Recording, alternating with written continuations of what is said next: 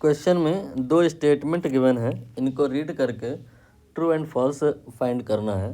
पहला स्टेटमेंट है कि एरिया अंडर वीटी ग्राफ, ये कह रहे हैं कि डिस्टेंस के बराबर होता है।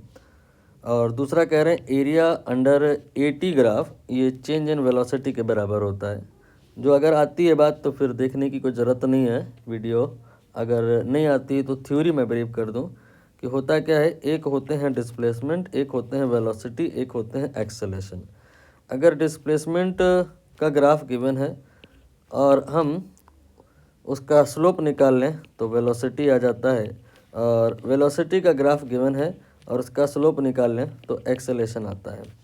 और अगर हम उल्टा आएँ बैक डायरेक्शन में, एक्सेलेरेशन का ग्राफ गिवन है और अगर एरिया निकाल लें तो वेलोसिटी आ जाता है। सही मायने में वेलोसिटी नहीं होता है, वो चेंज इन वेलोसिटी होता है, ठीक है। बाकी अगर वेलोसिटी गिवन है और बैक आएँ आप, यानी एरिया निकालें, तो फिर आपका डिस्प्लेसमेंट आ जाएगा।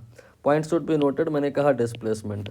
तो जो अगर वी ग्राफ है, वी का मतलब वेलोसिटी है, और आप उसका एरिया निकालोगे तो फिर जो आएगा डिस्प्लेसमेंट आएगा। यहाँ पर ऐसे वेक्टर बना लो तो क्लियरिटी आएगी कि वेलोसिटी वाले ग्राफ का आप अगर एरिया निकाल रहे हो तो डिस्प्लेसमेंट आएगा, और स्पीड वाले ग्राफ का निकालोगे तो डिस्टेंस आएगा।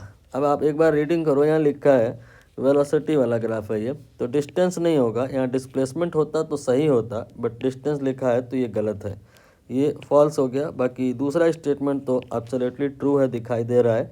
मैंने बताया अभी कि एरिया ऑफ एटी ग्राफ जो होता है वो वेलोसिटी कह सकते हैं, बट सही मायने में चेंज इन वेलोसिटी के बराबर होता है, और यहाँ बिल्कुल सही ही लिखा है, तो ये ट्रू हो गया।